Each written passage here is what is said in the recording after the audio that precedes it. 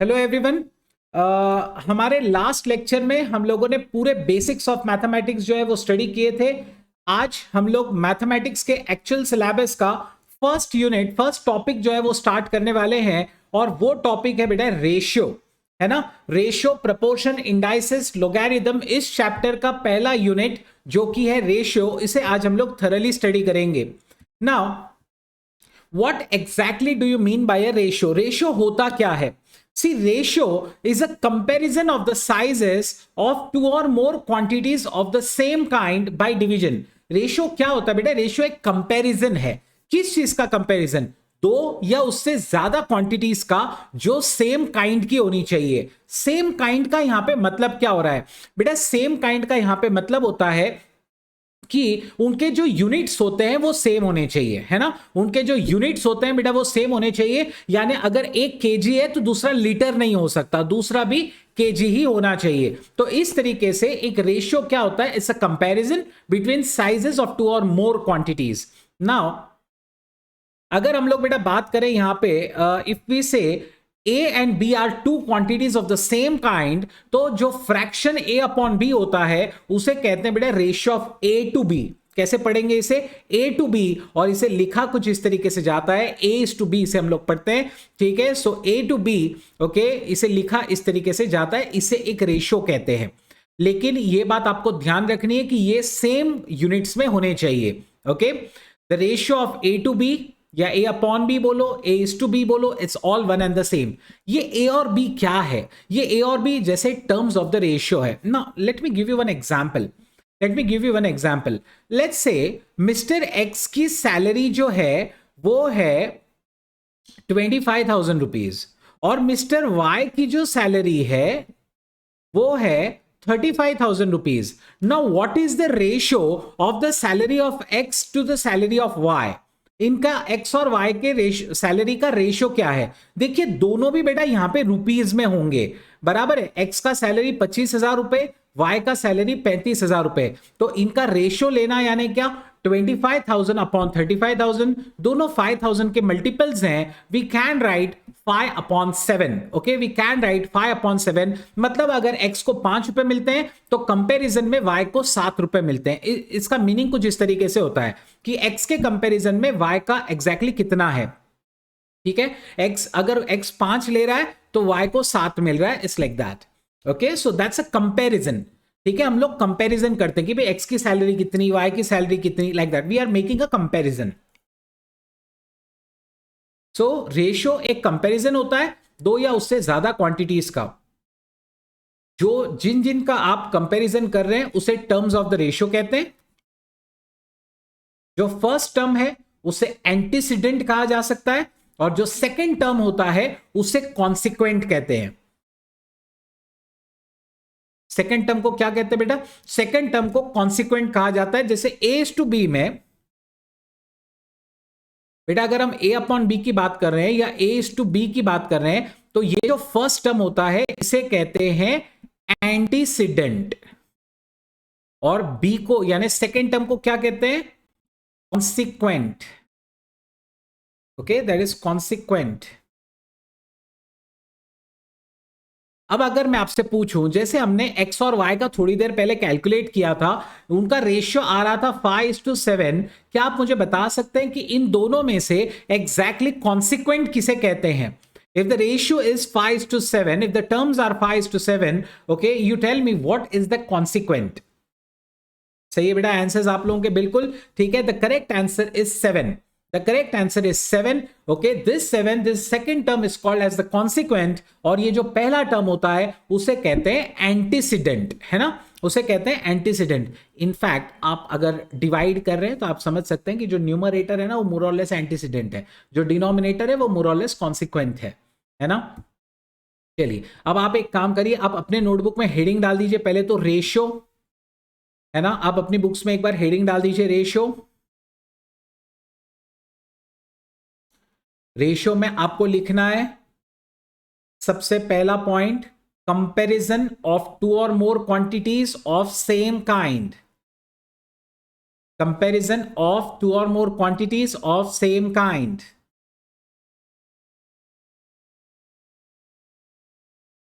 फिर आप अपने नोटबुक में इस तरीके से लिख सकते हैं a/b,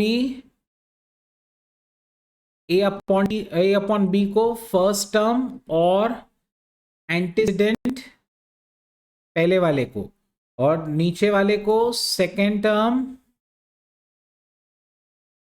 टर्म और कॉन्सिक्वेंट।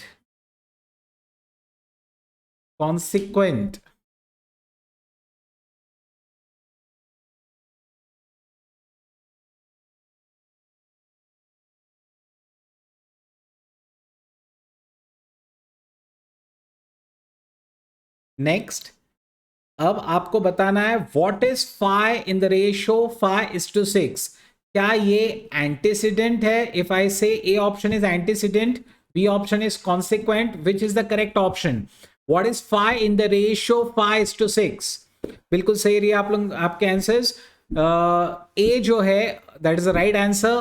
फाइ जो होता है वो इसमें एंटीसीडेंट है और 6 को कॉन्सिक्वेंट कहते हैं। चलिए अब रेशियो के कुछ फीचर्स देखते हैं। ये सब लिख के रखने की कोई जरूरत नहीं है, ये आपको जो नोट्स प्रोवाइड की जा रही है उस नोट्स में भी ये ऑलरेडी है, ठीक है? तो ये सब लिख के रखने की जरूरत नहीं है, ये सब आपके यहां पे फिट हो जाना चाहिए। रेशियो यूनिट फ्री होता है, उसमें यूनिट्स नहीं होते, मतलब रेशियो में कोई केजी नहीं होगा, कोई लीटर नहीं होगा, nothing. Okay, ratio is always unit free. कैसे यूनिट फ्री? मान लीजिए हम लोग जैसे 2 पर्सन का वेट कंसिडर कर रहे हैं। पहले का वेट है 60 केजी, दूसरे का वेट है 70 केजी। तो ऑब्वियस बात है इनका जब आप फ्रैक्शन करेंगे, रेशियो करेंगे, केजी केजी हो जाएगा कट। तो इसलिए रेशियो में कभी यूनिट्स नहीं होते, है ना? रेशियो एक फ्रैक्शन में होता है हमेशा। जैसे अभी अपन ने बात किया 60/70 इज एक्चुअली 6/7।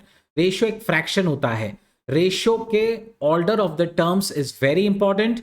याद रखिएगा 5:6 इज नॉट इक्वल टू 6:5।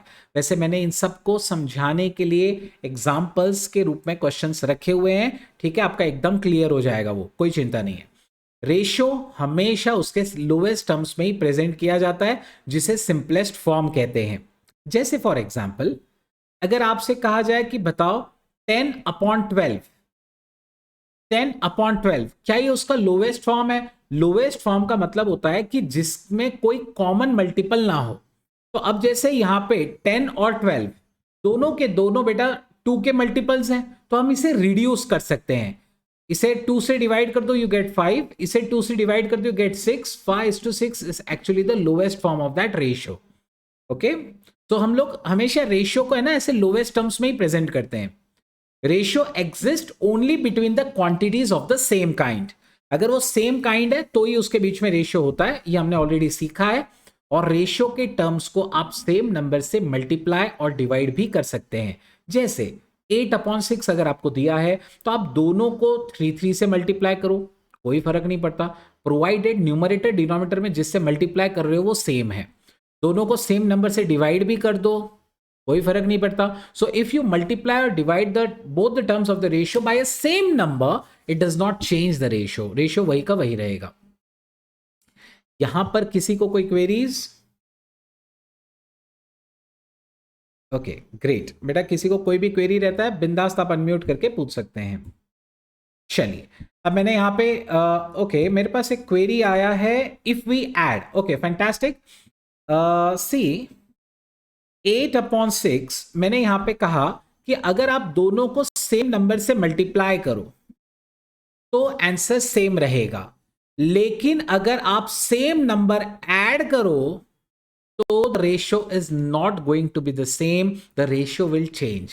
आप मल्टीप्लाई या डिवाइड कर सकते हैं रेशियो के दोनों टर्म्स को सेम नंबर से, लेकिन एक ही नंबर एडलेस नहीं कर सकते, उससे रेशियो डिफर हो जाएगा, उससे रेशियो चेंज हो जाएगा।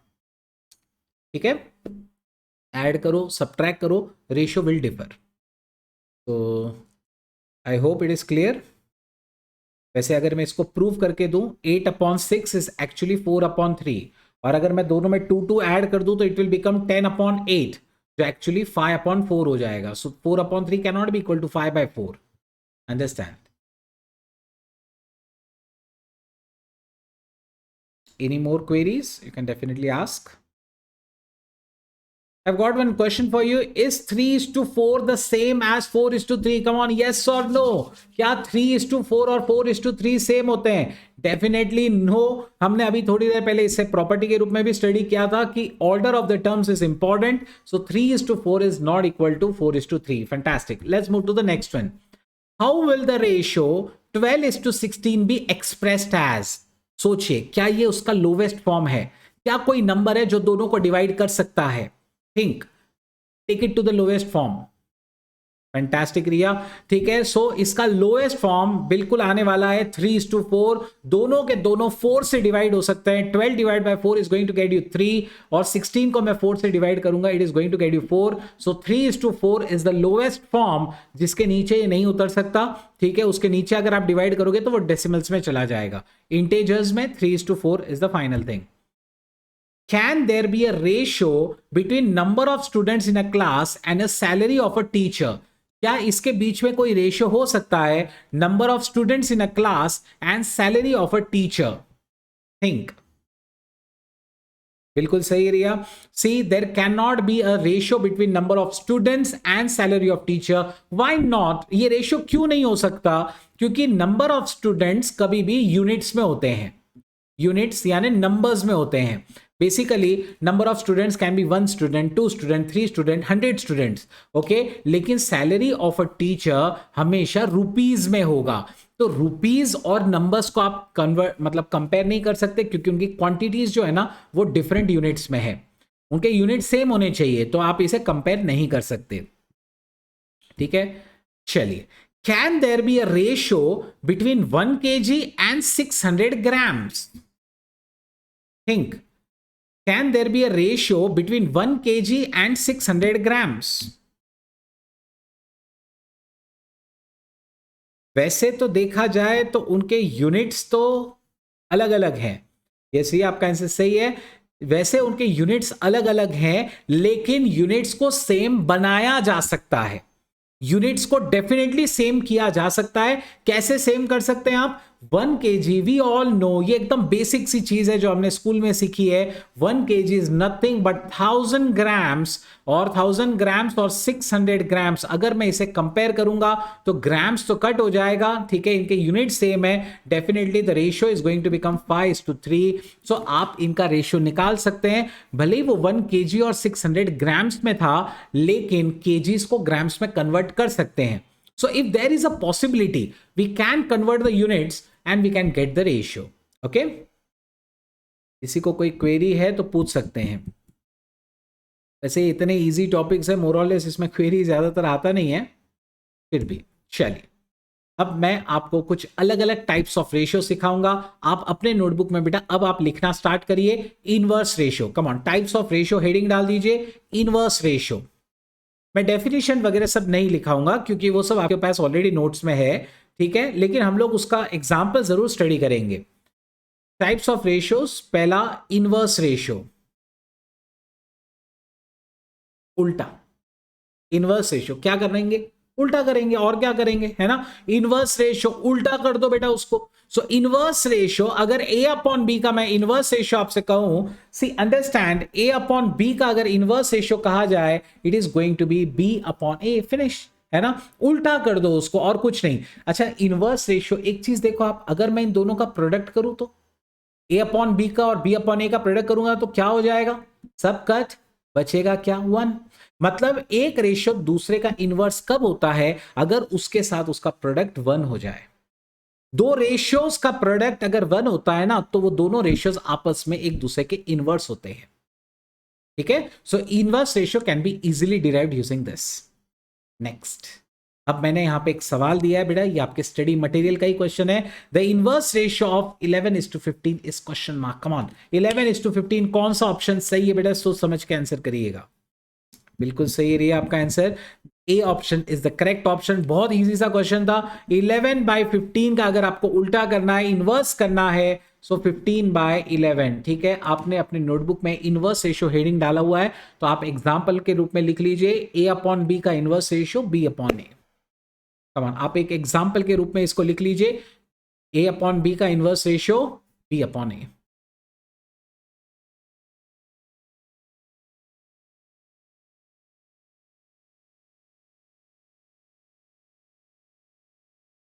आपके स्टडी मटेरियल का हर एक क्वेश्चन बेटा हम लोग क्लास में कवर करने वाले हैं, चाहे क्वेश्चन सॉल्व हो चाहे क्वेश्चन अनसॉल्व हो, हर एक क्वेश्चन प्लस पास्ट एग्जाम के भी सारे क्वेश्चंस कवर किए जाएंगे।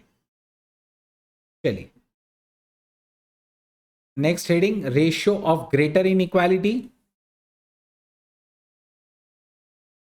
Ratio of greater inequality. Now what do you mean by this ratio? Ratio of greater inequality का मतलब होता है बेटा जिसमें न्यूमरेटर बड़ा हो। जिसमें न्यूमरेटर बड़ा होता है ना उसे ग्रेटर इनइक्वालिटी कहते हैं। जिसमें अगर a अपॉन बी में अगर a बड़ा है, पहला टर्म बड़ा है, तो हम कहते हैं कि ये रेशियो ऑफ ग्रेटर इनइक्वालिटी है। जैसे 5:3 में 5 पहला टर्म बड़ा है, 5 बड़ा है, इसका मैं अगर आंसर निकालने जाऊंगा ना 5/3 करूंगा तो 1 पॉइंट समथिंग आएगा, यानी वो 1 से बड़ा आएगा। सो इसे कहते हैं रेशियो ऑफ ग्रेटर इनइक्वालिटी। और रेशियो ऑफ लेसर इनइक्वालिटी किसे कहते हैं? जिसमें पहला टर्म दूसरे से छोटा होता है। उसको डिवाइड करोगे तो आंसर 0 पॉइंट समथिंग आएगा, 1 से भी छोटा आएगा। सो अंडरस्टैंड, इसे रेशियो ऑफ लेसर इनइक्वालिटी कहते हैं। ठीक है, इट्स वेरी सिंपल। 3:5 जो है इसमें क्या बोलते हैं, जो सेकेंड टर्म है वो बड़ा है तो इसे लेसर इनइक्वालिटी कहते हैं, और 5:3 में पहला टर्म बड़ा है तो इसे ग्रेटर इनइक्वालिटी कहते हैं। अगर मैं आपसे पूछूं बताओ 7:9 is it a ratio of greater inequality और अ लेसर इनइक्वालिटी? जी और L, come on, is a ratio of greater inequality और अ लेसर इनइक्वालिटी? 7:9 की अगर हम बात करें तो ये रेशियो ग्रेटर इनइक्वालिटी का हुआ या लेसर इनइक्वालिटी का हुआ? देखिए ग्रेटर इनइक्वालिटी का मतलब होता है जिसमें फर्स्ट टर्म बड़ा होता है उसे ग्रेटर इनइक्वालिटी कहते हैं, और जिसमें सेकंड टर्म बड़ा होता है, जिसमें बेटा सेकंड टर्म बड़ा होता है उसे कहते हैं लेसर इनइक्वालिटी, यानी फर्स्ट टर्म छोटा होता है। तो अब ये मैंने 7:9 का जो एग्जांपल दिया है, सोचिए क्या ये ग्रेटर इनइक्वालिटी है या ये लेसर इनइक्वालिटी है? बिल्कुल सही रही आपका answer, this is a ratio of a lesser inequality. ये फर्स्ट टर्म छोटा है तो फिर ऑब्वियस सी बात है this is of lesser inequality. Come on, note कर लीजिए ग्रेटर इनइक्वालिटी, उसमें आप सिर्फ इतना नोट करेंगे A greater than B. Ratio of lesser inequality, A is less than B.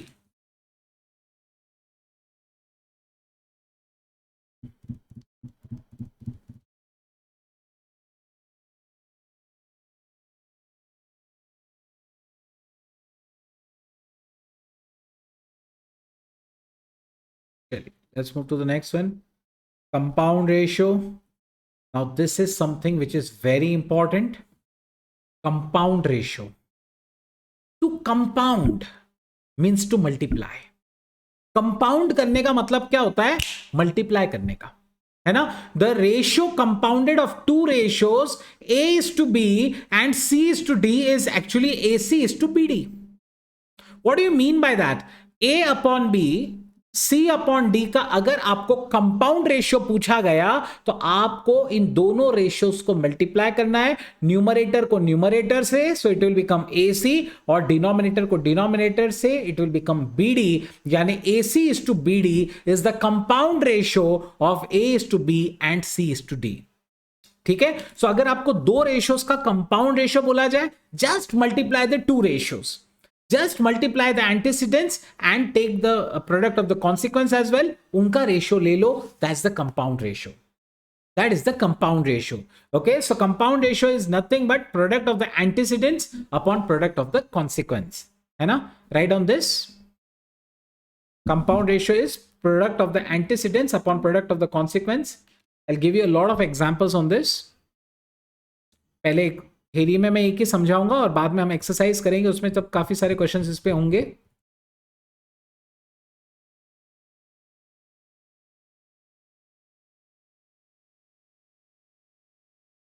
If you have got any queries you can ask.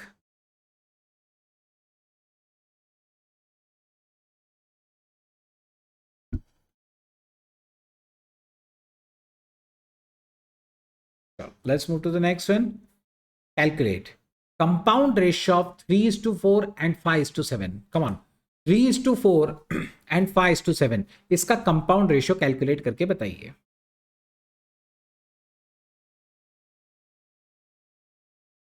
सही है रिया आपका आंसर बिल्कुल।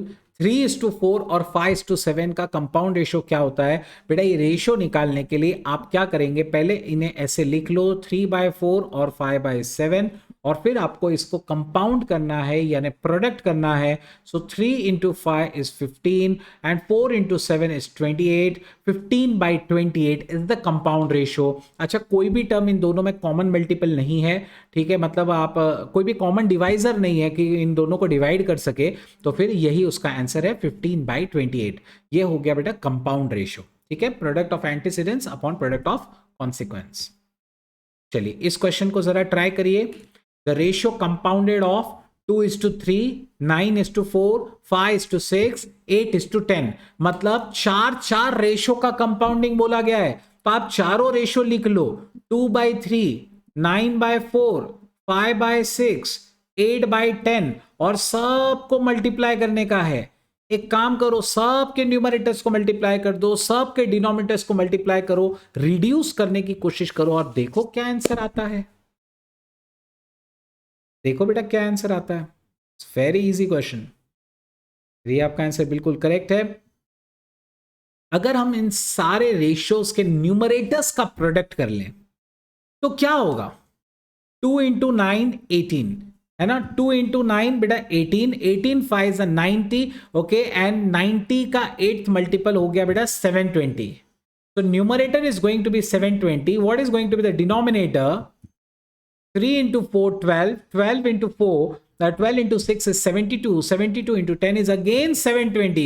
so numerator 720 आ रहा है, डिनोमिनेटर भी 720 आ रहा है, 720 upon 720, 1:1 is the answer। so it is such a easy question।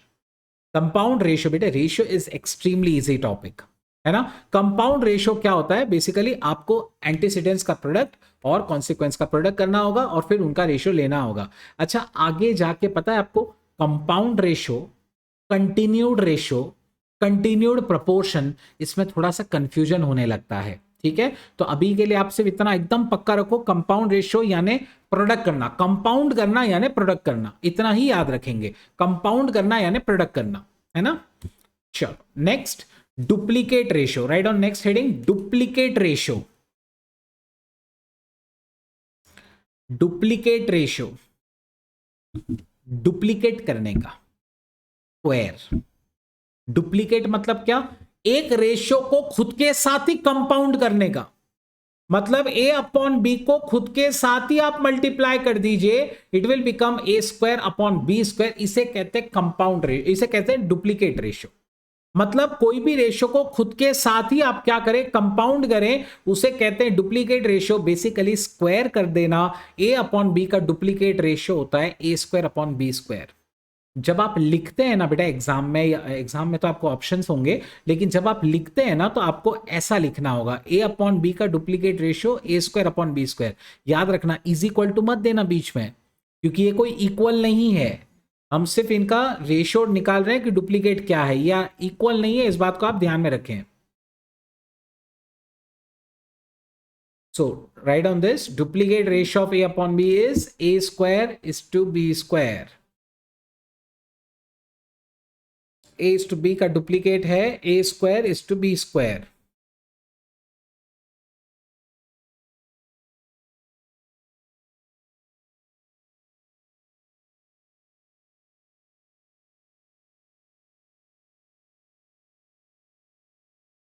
Try करो, square, understand. Duplicate of 3:4, very easy question. What is going to be the duplicate of 3:4? आपका answer बिल्कुल correct है बेटा, ठीक है। 3:4 का डुप्लीकेट क्या होगा? आपको दोनों भी टर्म्स का क्या कर लेना है? स्क्वायर कर लेना है। सो 3:4 का डुप्लीकेट होता है 3/4 का डुप्लीकेट होता है 9/16। 3 का स्क्वायर, 4 का square, 9/16। So C option is the correct option, है ना। C option is the correct option. जैसे हमने डुप्लीकेट देखा स्क्वायर करना, वैसा ही एक होता है ट्रिप्लीकेट, जिसमें आपको क्यूब करना होता है। जिसमें क्या करना पड़ता है? क्यूब करना पड़ता है, मतलब उस रेशियो को खुद के ही डुप्लीकेट के साथ कंपाउंड करना पड़ता है। So that is triplicate ratio. Come on, right down this. Triplicate यानी क्यूब कर लेना, है ना। Triplicate of a upon b is a³ is to b³। Triplicate ratio of A is to B is A cube is to B cube.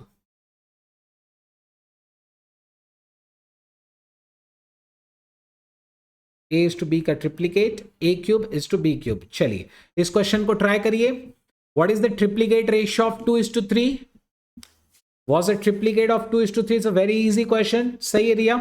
Triplicate of 2:3 is nothing but आपको इनके cubes करने हैं. 2 का cube 8 and 3 का cube 27. आपको याद होगा basics के लेक्चर में मैंने आपसे कहा है कि आपको 15 तक के क्यूब्स आने चाहिए, है ना. सो 2:3 का cube 8:27. A option is the correct option.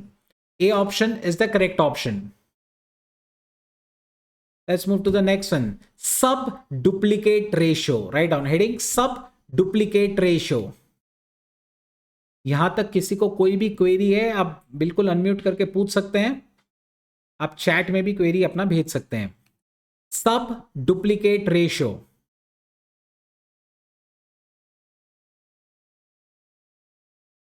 सी सब डुप्लीकेट रेशियो का मतलब क्या होता है. डुप्लीकेट में स्क्वायर करते हैं ना, तो सब डुप्लीकेट में स्क्वायर रूट करते हैं.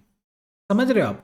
डुप्लीकेट में हम स्क्वायर करते हैं, सब डुप्लीकेट में हम क्या करते हैं, स्क्वायर रूट कर लेते हैं. तो it's very easy, it's really very easy. Duplicate में स्क्वायर कर लो, तो सब डुप्लीकेट में क्या कर लो बेटा, स्क्वायर रूट कर लो. Write on this. The sub duplicate ratio of A is to B is actually root A is to root B. The sub duplicate of A is to B is actually root A is to root B. Just take the square roots of both the terms of the ratio. That's it. That is going to give you the sub duplicate. Try this question. The sub duplicate of 25 is to 36. Think. Yes बिल्कुल सही रिया. सो 25:36 का सब duplicate. सोचिए ये 25 किसका square है, ये obviously 5 का स्क्वायर है. और ये 36 का स्क्वायर रूट क्या होता है, इसका स्क्वायर रूट 6 होता है. तो इसका सब डुप्लीकेट हो जाएगा बेटा 5:6. याद रखिएगा 25 और 36 इन दोनों का अगर आपको सब डुप्लीकेट करना है, यानी दोनों का स्क्वायर रूट कर लेना है, 5/6, which is the D option. Which is the D option. So it's such a easy question. सब डुप्लीकेट करना यानी स्क्वायर रूट कर लेना. You can assume कि इतने easy questions आपके एग्जाम में नहीं आते, है ना. चलो let's move to the next one. Sub triplicate ratio. Now what is this sub triplicate? वैसे आप सब डुप्लीकेट से समझ ही गए होंगे कि सब ट्रिप्लीकेट क्या होना चाहिए. देखिए ट्रिप्लीकेट का मतलब होता है क्यूब करना, तो सब ट्रिप्लीकेट का मतलब होता है क्यूब रूट करना, है ना. ट्रिप्लीकेट रेशियो का मतलब होता है क्यूब करना, तो सब ट्रिप्लीकेट का मतलब होता है बेटा क्यूब रूट करना. So it is as simple as that. ठीक है. Triplicate means just get the cube of the ratio. So sub triplicate is take the cube root of the ratio. Write down this. The sub triplicate ratio of A is to B is actually cube root of A is to cube root of B. Cube root of A is to cube root of B.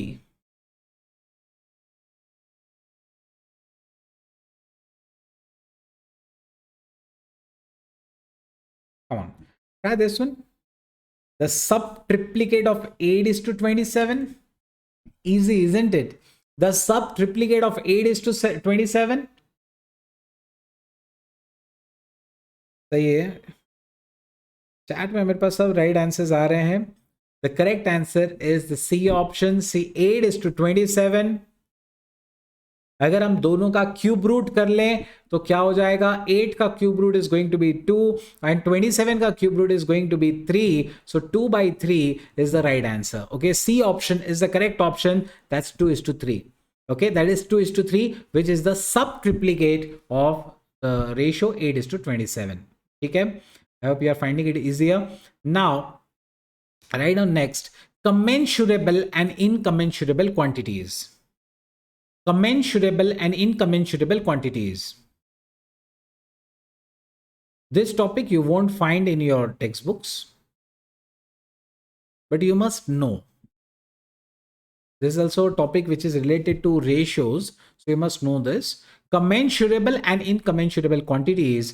आप सिर्फ इतना लिखिए, ratio of integers is commensurable ratio of non integers is incommensurable. जिसे हम लोग integers का ratio बोल के प्रेजेंट कर सकते हैं वो कमेंशुरेबल है, जो इंटेजर्स के रेशियो नहीं होते वो नॉन कमेंशुरेबल या इनकमेंशुरेबल होते हैं। जैसे फॉर एग्जांपल अगर 3:2 का रेशियो लिया जाए तो 3 एक इंटेजर है, 2 एक इंटेजर है, तो yes 3:2 is actually a commensurable quantity. लेकिन अगर मैं स्क्वायर रूट ऑफ 3 और स्क्वायर रूट ऑफ 2 ले रहा हूं तो ये तो इंटेजर्स है ही नहीं, तो फिर इसे कहते हैं इनकमेंशुरेबल। अब कोई स्टूडेंट पूछ सकता है कि सर अगर एक इंटेजर रहा और एक नॉन इंटेजर रहा तो उसे क्या गिना जाएगा? उसे इनकमेंशुरेबल ही गिना जाएगा। जो दोनों इंटेजर्स होते हैं वो कमेंशुरेबल है, पहला और दूसरा दोनों टर्म अगर इंटेजर होंगे तो कमेंशुरेबल है, और अगर एक भी टर्म इंटेजर नहीं है तो वो इनकमेंशुरेबल गिना जाएगा। ठीक है, तो आप अपने नोटबुक में लिख लीजिए, ratio of 2 integers is commensurable, ratio of non integers, okay, या ratio of terms which are not integers is इनकमेंशुरेबल।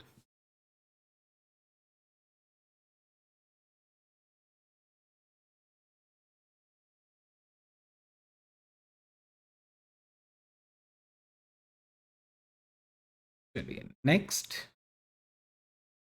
कोई queries?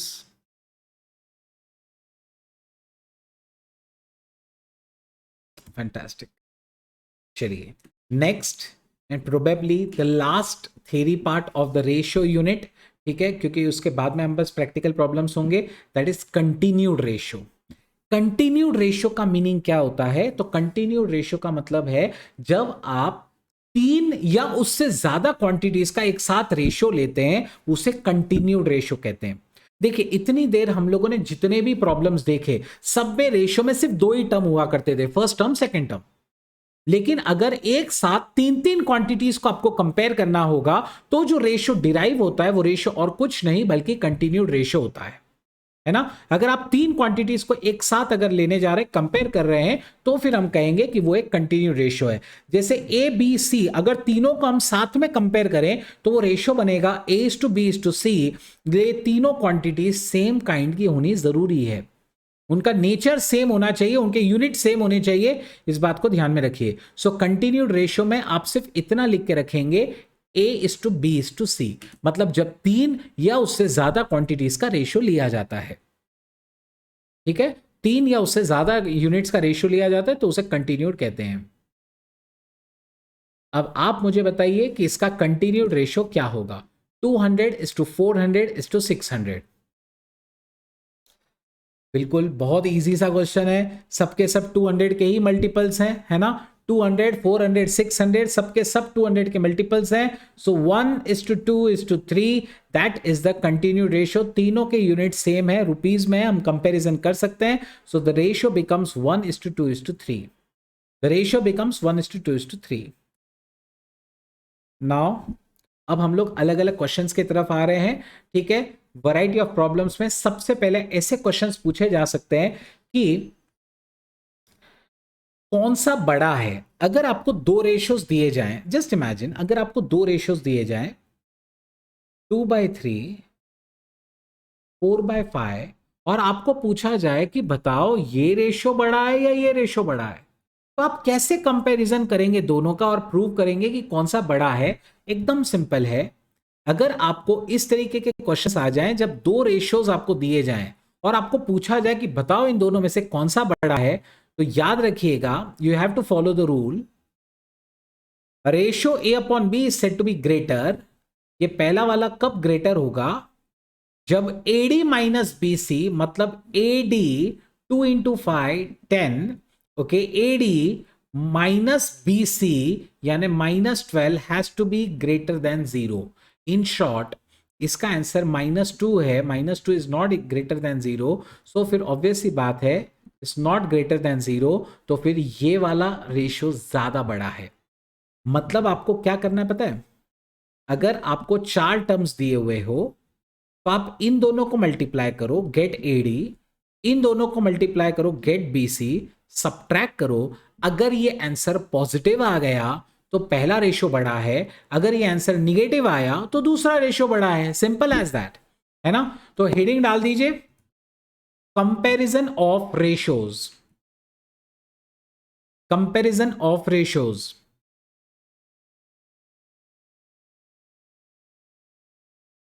You can note this down.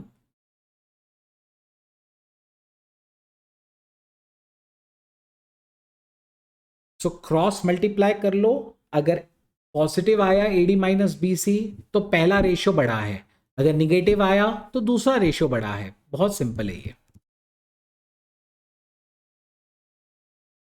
वैसे आपने इसमें एक एलसीएम टेक्निक भी स्टडी की होगी अपने मतलब स्कूल्स में, लीस्ट कॉमन मल्टीपल, जिसमें डिनोमिनेटर्स को सेम करके हम न्यूमरेटर्स कंपेयर कर सकते हैं। ऐसा किया जाता है, लेकिन ये वाली ट्रिक ज्यादा इजी होती है। चलो अब मैंने यहाँ पे एक क्वेश्चन आपके लिए रखा हुआ है, नहीं दिख रहा है, चलो मैं एक आपको यहाँ पे दे देता हूँ एक रफ। आप मुझे बताइए कौन सा बड़ा है इन दोनों में से। लेट्स से 3/5 and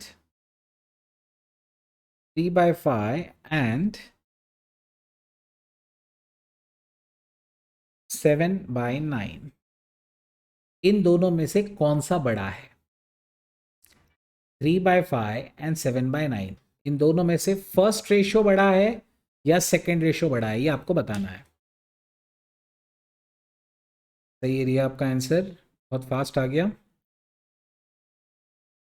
हम लोग क्या करते हैं बेटा, जब आपको ऐसे दो रेशियोज दिए जाएंगे आप क्रॉस मल्टीप्लाई करेंगे। 3 × 9 27, 7 × 5 35, और फिर इसे सब्ट्रैक्ट करेंगे, बराबर है, इसे सब्ट्रैक्ट करेंगे हम। इसका आंसर तो आ रहा है -8, तो ये तो जीरो से छोटा है। तो ये जब जीरो से छोटा है तो सेकेंड रेशियो बड़ा होता है, सेकेंड रेशियो बड़ा होता है। ठीक है, सो अगर आंसर निगेटिव आ जाए तो सेकेंड रेशियो जो है वो बड़ा होगा। Simplification problems.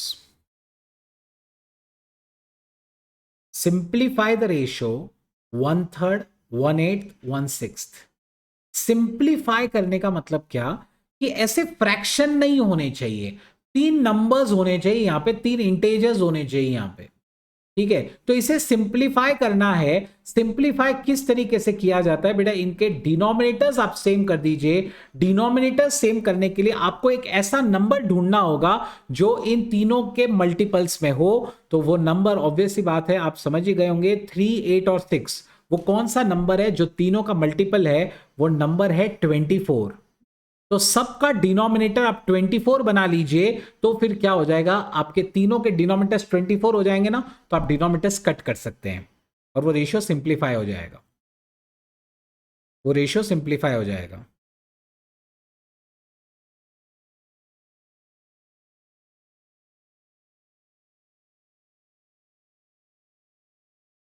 फैंटास्टिक, बहुत बढ़िया रिया।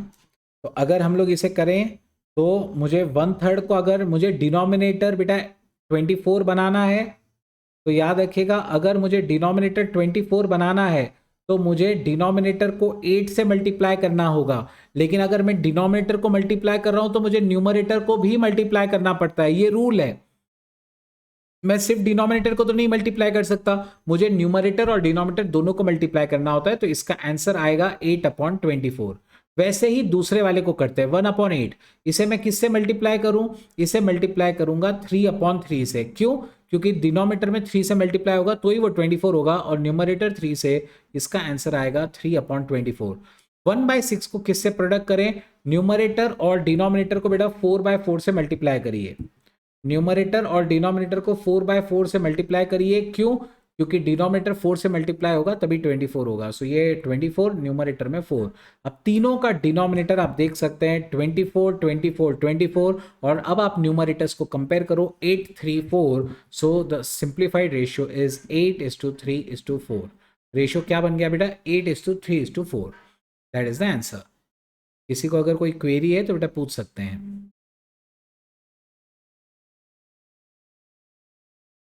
Fantastic. Let's move to the next one.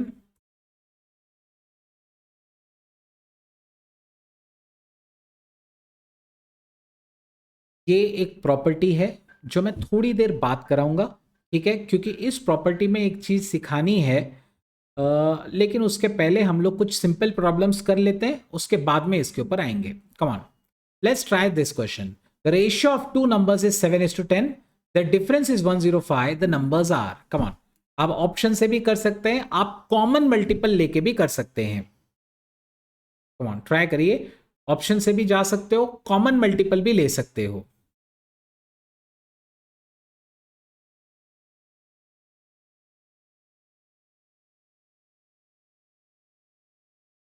The ratio of two numbers is 7:10. Their difference is 105. The numbers are question mark. उसने कहा कि नंबर्स का रेशियो 7:10 होना चाहिए। ठीक है, आप देख सकते हैं 200 तो 7 के मल्टीपल में आता ही नहीं है, ये तो गलत है, बराबर, ये तो साफ गलत है। इसको अगर मैं दोनों को 7 से डिवाइड करने जाऊंगा, सॉरी, इसको अगर देखिए, ये किसी का 7th मल्टीपल है, ये किसी का 7th मल्टीपल है। ठीक है, तो मैं एक काम करता हूं, पहले इसे 7 से डिवाइड करके देखता हूं, तो आई विल गेट 45। ये भी 7 से डिवाइड नहीं होता, नहीं चलेगा, तो ये एक ही है जो राइट होने वाला है। तो आप ऑप्शन से तो कर सकते हो, और कॉमन मल्टीपल लेके इसे कैसे सॉल्व करना है वो भी आपको बता देता हूं। कॉमन मल्टीपल लेके बेटा इसे कैसे किया जाता है वो भी आपको बता देता हूं। देखिए, उसने कहा कि दो नंबर्स का रेशियो 7:10 है, तो आप क्या करेंगे, let the common multiple be x.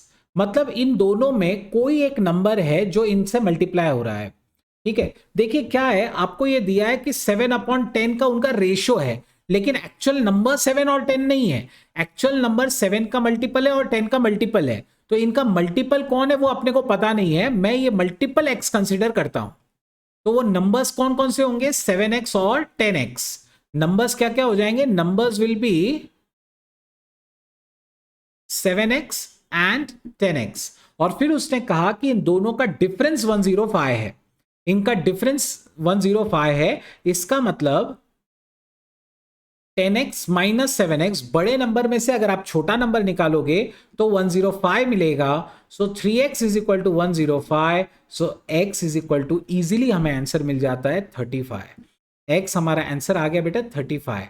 ठीक है, और अगर x 35 आ गया तो आप, पहला नंबर 7x है, तो 7 को 35 से मल्टीप्लाई करो। देखो अपने को कॉमन मल्टीपल मिल चुका है, तो पहले वाले नंबर को 35 से मल्टीप्लाई करो तो वो आ जाता है 245, और दूसरे नंबर को 35 से मल्टीप्लाई करो तो वो हो जाता है 350। सो 245 and 350, that is the right answer, that is the right answer. तो आप कॉमन मल्टीपल्स लेके कर सकते हैं, आप ऑप्शन से सॉल्व कर सकते हैं, जैसा आपको चाहिए बेटा आप वैसा कर सकते हैं। ठीक है, चलिए एक और इजी क्वेश्चन करते हैं।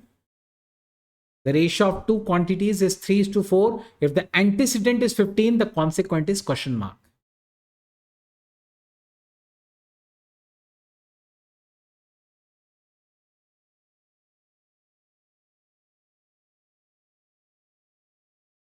सही रही आपका आंसर। दो क्वांटिटीज का रेशियो है 3:4। उसने कहा कि दो क्वांटिटीज है जिसका रेशियो जो है ना वो है 3/4, और उन दोनों क्वांटिटीज में एंटीसीडेंट 15 है। एंटीसीडेंट मतलब पहला टर्म 15 है, तो दूसरा टर्म क्या होगा। सिंपल, ये सवाल दिया है आपको कि दो क्वांटिटी का रेशियो 3/4 है और एंटीसीडेंट अगर 15 है, तो बताओ कॉन्सिक्वेंट क्या होगा। आप आराम से क्रॉस मल्टीप्लाई करके निकाल सकते हैं। सो x वहां चला जाएगा और 4 इधर 3 इधर, तो फिर हो जाएगा 15 इंटू 4/3 इक्वल्स x। आंसर आ जाएगा बेटा 60/3, है ना। कितना हो जाएगा, 15 into 4 is 60, 60/3 20। So x is 20, x is 20। तो एकदम इजीली हम इसका सॉल्यूशन जो है वो डिराइव कर सकते हैं। ठीक है, एक और इजी सा क्वेश्चन देता हूं आपको, ट्राई करिए। The ratio of the quantities is 5:7. If the consequent of its inverse ratio is 5, what is its antecedent? उसका एंटीसीडेंट क्या होगा। ये आपका आंसर बिल्कुल सही है। दो क्वांटिटीज का रेशियो दिया है बेटा 5:7। उसने कहा कि उसका इनवर्स रेशियो ले लो। तो चलो 5:7 का रेशियो था, इसको उल्टा करो, इनवर्स कर दिया 7/5। फिर उसने कहा कि इनवर्स रेशियो का कॉन्सिक्वेंट 5 है, कॉन्सिक्वेंट यानी सेकेंड टर्म, तो इनवर्स रेशियो का सेकेंड टर्म तो 5 ही है, बराबर दिया है उसने, तो उसका एंटीसीडेंट क्या होगा? अगर सेकेंड टर्म 5 है तो फर्स्ट टर्म यानी एंटीसीडेंट तो 7 ही है। 7 इज द राइट ऑप्शन। यहां पे कोई टाइपिंग मिस्टेक है, 7 इज द राइट ऑप्शन। ठीक है, so it's such a easy question. Now अब मैं जो पेंडिंग मैंने एक टॉपिक छोड़ दिया था, क्या हो जाता है, बहुत ज्यादा थ्योरी ले लो तो भी बच्चे ग्रास्प नहीं कर पाते हैं। चलो अब एक जो मैंने थ्योरी पार्ट छोड़ दिया था उसे कंप्लीट करा देता हूं। आप अपने नोटबुक में इस प्रॉपर्टी को लिख लीजिए। इफ अ क्वांटिटी इंक्रीजेस और decreases in the ratio A is to B, then new quantity is equal to B of the original quantity upon A या original quantity into B by A। मैं meaning आपको explain करूंगा, एक बार आप इसे लिख लीजिए। If a quantity increases or decreases in the ratio A is to B, तो new quantity is B of the original quantity upon A या original quantity into B by A। What do you mean by this? वैसे ये जो B by A से अपन multiply कर रहे हैं ना, इस B by A को फैक्टर मल्टीप्लाइंग रेशियो भी कहा जाता है। What do you mean by this?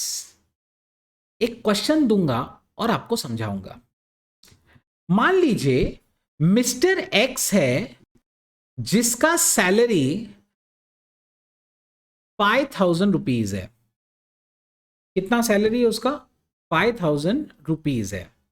आपको बोला गया है कि उसका सैलरी इंक्रीज हो गया इन रेशो 5:6। सैलरी किस रेशो में इंक्रीज हुआ? 5:6। So what is the new salary? What is the new salary? It's very simple. आप ओरिजिनल सैलरी लोगे 5,000 और जिस रेशो में बड़ा है ना उसका उल्टा करके मल्टीप्लाई कर दो, यानी 6/5 से मल्टीप्लाई कर दो, फिनिश। जिस रेशो में बड़ा है उसी रेशो में उल्टा करके, मतलब उसको रिवर्स कर लो और मल्टीप्लाई कर दो। इस 6/5 को फैक्टर मल्टीप्लाइंग रेशियो कहते हैं। तो ये आंसर आ जाएगा बेटा आपका 6,000 रुपीज। समझ में आ रहा है बेटा कैसे सॉल्व करना है? मतलब अगर एक पर्टिकुलर आपको ओरिजिनल वैल्यू दी गई है, ओरिजिनल क्वांटिटी दी गई है और आपको बोला गया है कि उसका जो सैलरी है वो एक लेवल से ज्यादा, मतलब एक रिस्पेक्टिव रेशियो में या तो बड़ा है या घटा है, तो जो भी रेशियो आपको दिया जाएगा उस रेशियो का उल्टा कर लो और उसे उसी क्वांटिटी से मल्टीप्लाई कर दो, तो आपको नया वैल्यू मिल जाएगा। तो आपको नया वैल्यू जो है ना वो मिल जाएगा। ठीक है, इस तरीके से आप इसको आराम से सॉल्व कर सकते हैं। मैंने इसको समझाने के लिए एक और सवाल यहां पे दिया हुआ है, ये वाला क्वेश्चन ट्राई करिए। रौनक का वेट है 56.7 kg। If he reduces his weight in the ratio 7:6, what is his new ratio? What is his new weight? Come on think, it's very easy question. Raunak का वेग है, वो रौनक का वेट है 56.7, उसका वजन कम हो गया, he has reduced the weight in the ratio 7:6। तो आप क्या करेंगे, आप हमेशा ये ध्यान में रखेंगे, द फॉर्मूला इज, ये आपका आंसर बिल्कुल सही है, the formula is new quantity is equal to original quantity multiply by B upon A, है ना। मतलब जो रेशियो दिया है उसका सेकंड टर्म मल्टीप्लाई और फर्स्ट टर्म डिवाइड, तो बेसिकली 56.7 मल्टीप्लाई बाय 7/6 कर लीजिए। So 56.7 multiply by 7 divide by, so sorry मैंने यहां पे टाइपिंग मिस्टेक कर दी, 7/6 लिख दिया, उल्टा करना है ना अपने को, तो 7/6 तो 6/7 से मल्टीप्लाई करेंगे, रेसिप्रोकल करके मल्टीप्लाई करेंगे। सो 56.7 multiply bye 6 divide by 7, answer आता है बेटा 48.6। So that is the correct option, that is the correct answer 48.6। आप देखो उसका वजन कम हो गया है, 56 से घटकर 48 हो चुका है। This is new weight, this is the new weight. ठीक है, आई होप आप समझ गए कि इसको किस तरीके से सॉल्व किया जाता है। तो अगर एक पर्टिकुलर रेशियो में उनका क्वांटिटी बढ़ा या घटा है तो आप ओरिजिनल क्वांटिटी को उसी रेशियो के रेसिप्रोकल से मल्टीप्लाई करोगे। ये क्वेश्चन हम ऑलरेडी कर चुके हैं, ठीक है। अब हमारा थ्योरी तो पूरा हो ही चुका है। ट्राई करते हैं बेटा आगे के questions. The ratio compounded of 4:9 and the duplicate of 3:4 is question mark. Compound, याद है word compound. To compound means to multiply. मेरे पास एक क्वेरी आया है कि जो हमने रौनक वाला क्वेश्चन देखा था उसमें एक्स अज्यूम करके कर सकते हैं क्या? डेफिनेटली कर सकते हैं, डेफिनेटली कर सकते हो, कोई दिक्कत नहीं है। सेम क्वेश्चन सॉल्व करने के इतने तरीके हैं ना, और सबसे आंसर राइट आता है। तो आपको जो आपको सबसे इजी लगे आप वो ट्रिक लगा के कर सकते हैं। 4/9 आपको कंपाउंड करना है यानी मल्टीप्लाई करना है, तो 4/9 लीजिए एंड डुप्लीकेट ऑफ 3/4, मतलब 3/4 नहीं लेना है, 3/4 के डुप्लीकेट के साथ कंपाउंड करना है। सो 3/4 का डुप्लीकेट होता है 9/16, ठीक है ना। 3/4 का डुप्लीकेट यानी इनके स्क्वायर्स, डुप्लीकेट का मतलब स्क्वायर्स। तो आपको दो रेशो को कंपाउंड करना है, 4/9 और 3/4 नहीं, 3/4 के डुप्लीकेट के साथ कंपाउंडिंग करनी है। तो इसका डुप्लीकेट हुआ बेटा 9/16, मल्टीप्लाई कर दीजिए, इनको कंपाउंड कर दीजिए, 9 हुआ कट। तो ऑब्वियस बात है 4/16 एक्चुअली दोनों 4 के मल्टीपल्स ही हैं। 1/4 is the answer. A option is the correct option. ये आपका आंसर बिल्कुल करेक्ट था।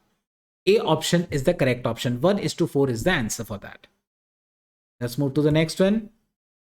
Try this. अब इस क्वेश्चन को थोड़ा सा बढ़ा दिया है मैंने। The ratio compounded of 4:9, duplicate of 3:4, triplicate of 2:3 and 9:7। याद रखना ट्रिप्लीकेट 9:7 का नहीं लेना है, ठीक है। द रेशियो कंपाउंडेड ऑफ 4:9, तो पहला रेशियो 4/9, कंपाउंडिंग करना है यानी प्रोडक्ट करना है। डुप्लीकेट ऑफ 3:4, 3:4 के स्क्वायर्स, ओके, डुप्लीकेट, तो 9/16। ट्रिप्लीकेट ऑफ 2:3, तो 2:3 का ट्रिप्लीकेट यानी क्यूब्स। सो बेसिकली कितना हो जाएगा? 8/27 और 9:7 अलग से। चलिए बेटा सबको कंपाउंड कर लो, आंसर आ जाएगा।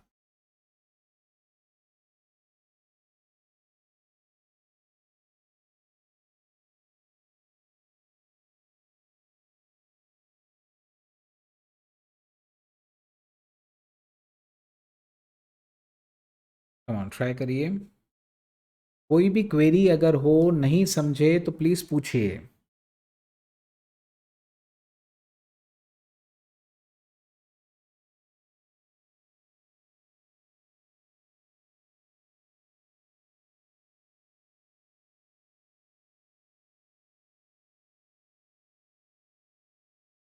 Come on try. 9 कट, 4 का फोर्थ मल्टीपल, 9 का थर्ड मल्टीपल, फोर्थ का सेकेंड मल्टीपल। तो न्यूमरेटर में बचा है बेटा 2 और डिनोमिनेटर में 7 × 3 बचा है 21। So 2:21। C option is the correct option, है ना। C option is the correct option, that is the answer, ठीक है। सो किस तरीके से किया? कोई क्वेरीज है तो पूछ सकते हैं। देखिए आपको 4 रेशो का कंपाउंडिंग बोला था। एक तो 4:9, दूसरा 3:4 का डुप्लीकेट यानी उनके स्क्वायर्स, सो 9/16। फिर आपको 2:3 का ट्रिप्लीकेट भी उसने कहा था, बराबर बेटा। उसने आपको 2:3 का ट्रिप्लीकेट आपको कहा था, तो 2 ट्रिप्लीकेट यानी क्यूब्स लेने का, तो 8/27 भी हमने लिया और 9:7, ओके, 9:7 ये अलग से रेशियो लेने को कहा था, तो वो हमने लिया। और फिर जो कट सकता था वो काट दिया। जैसे 4 का फोर्थ मल्टीपल 9 कट, ठीक है ना, 9 कट। इस तरीके से अपन कट वगैरह करते चले गए। 9 का थर्ड मल्टीपल यहाँ पे, तो अपन ऐसा कट करते चले गए, तो हमारा आंसर 2/21 जो है वो आता है। कोई क्वेरीज, कोई डाउट्स? यस, कोई क्वेरीज, कोई डाउट्स? फैंटास्टिक। चलिए let's move to the next one. फिर से वैसा ही एक क्वेश्चन है, मैंने आपसे पहले भी कहा था कंपाउंड रेशियो के सबसे ज्यादा क्वेश्चन मैं कराऊंगा। The ratio compounded of duplicate of 4:5, इसका डुप्लीकेट चाहिए। ट्रिप्लीकेट ऑफ 1:3, सब डुप्लीकेट ऑफ 81/256, सब triplicate of 125:5 come on try करिए। आपको इन चार रेशियोज का कंपाउंडिंग करना है। 4:5, 1:3, सब डुप्लीकेट ऑफ 81:256 एंड सब ट्रिप्लीकेट ऑफ 125:5 इन चारों का आप कंपाउंडिंग कर लीजिए। कम ऑन, इन चारों का कंपाउंडिंग कर लीजिए।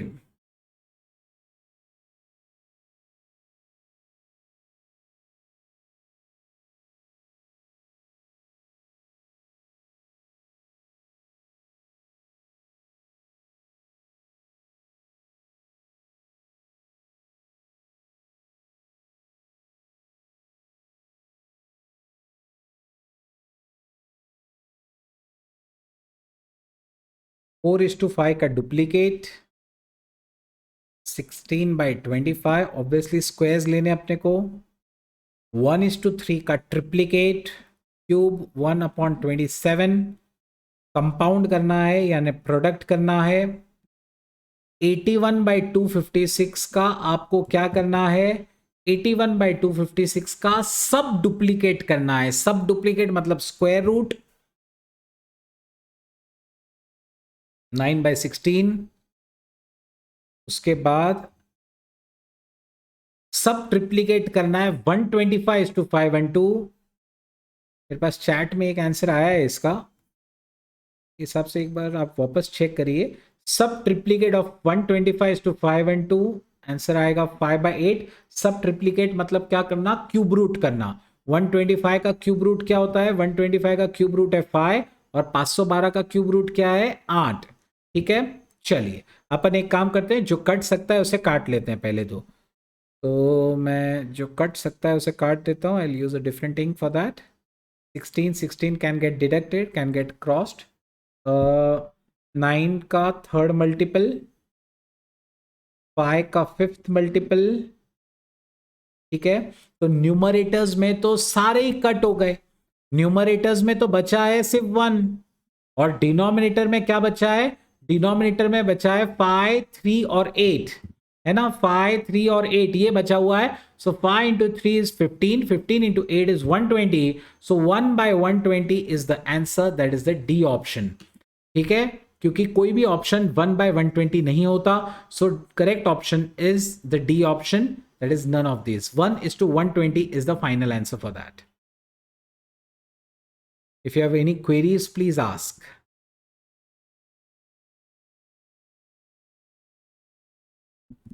1:120 is the answer for this। ठीक है,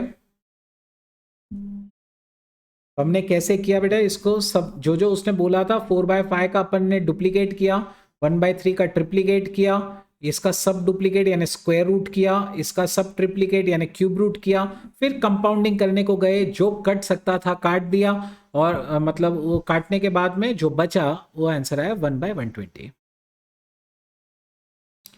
चलिए अब ये एक अलग टाइप का क्वेश्चन है। यहां पे आपको दिया गया, ये बहुत इजी क्वेश्चन होता है, एक बात तो आपको बता दूं, a:b is 3:4, the value of 2a plus 3b is to 3a plus 4b। अब यहां पे मैं आपको एक टेक्निक सिखाने वाला हूं कि ऐसे प्रॉब्लम्स को कैसे सॉल्व कर सकते हैं। जब बेटा आपको यह दिया जाए कि a:b is 3:4, आपको वैल्यू पूछा जाए 2a plus 3b is to 3a plus 4b, आप क्या करेंगे, सीधा सीधा a का वैल्यू 3 और b का वैल्यू 4 डालेंगे। अंडरस्टैंड, a/b आपको दिया गया है 3/4, तो आप a के जगह पे 3 और b के जगह 4 डालेंगे। कम ऑन, जहां जहां पे a दिख रहा है वहां पे डाल दो 3, जहां b दिख रहा है वहां डाल दो 4 और उसके बाद जो आंसर आएगा वो मुझे बताओ। कम ऑन, बहुत बढ़िया रिया, फास्ट आपने सॉल्व कर लिया। सो मैंने आपसे कहा कि a3 डाल दीजिए, b4 डाल दीजिए, बहुत इजीली हम लोग सीधा वैल्यू सब्सटीट्यूट करके आराम से आंसर निकाल सकते हैं। तो न्यूमरेटर में दिया है 2a, देखिए a है 3 और b है 4, बराबर है। a:b का रेशियो दिया होता है ना, तो आप सीधा सीधा वही वैल्यू ले सकते हो, a3 b4। तो 2a का मतलब हुआ 6, 3b यानी 3 into 4 that is 12 upon 3a का मतलब 3 into 3 that is 9, 4b 4 into 4 that is 16, so 12 plus 6 is 18, and 16 plus 9 is 25. 18 by 25, D option is the correct option, है ना? D option is the correct option. I hope सबको समझ में आ गया, किसी को कोई क्वेरी नहीं है। तो ऐसे जब क्वेश्चंस होते हैं ना बेटा, जब आपको A/B का रेशियो दिया हुआ हो, तो आप सीधा सीधा वही वैल्यू सब्सटीट्यूट करके आराम से उसको सॉल्व कर सकते हैं, ठीक है? सो आज के लिए, मतलब अभी के लेक्चर के लिए बस इतना ही, है ना? कल के हमारे नेक्स्ट जो लेक्चर्स होंगे, नेक्स्ट जो प्रॉब्लम्स होंगे, वो थोड़े कॉम्प्लिकेटेड होंगे, थोड़े से डिफिकल्ट वाले प्रॉब्लम्स होंगे रेशियो के। एक काम करिए, एज अ होमवर्क आप ये वाला क्वेश्चन ट्राई करिएगा। Will discuss it in the next lecture, ठीक है? आप इसे ट्राई जरूर करिएगा। सो 2 numbers are in the ratio 2:3. If 4 be subtracted from each, the numbers are in the ratio 3:5. Find the numbers, है ना? आप ऑप्शन से करना, बहुत इजी जाएगा आपको, ठीक है? चलिए, अभी के लेक्चर के लिए बस इतना ही। I'll see you in my next lecture. Take care.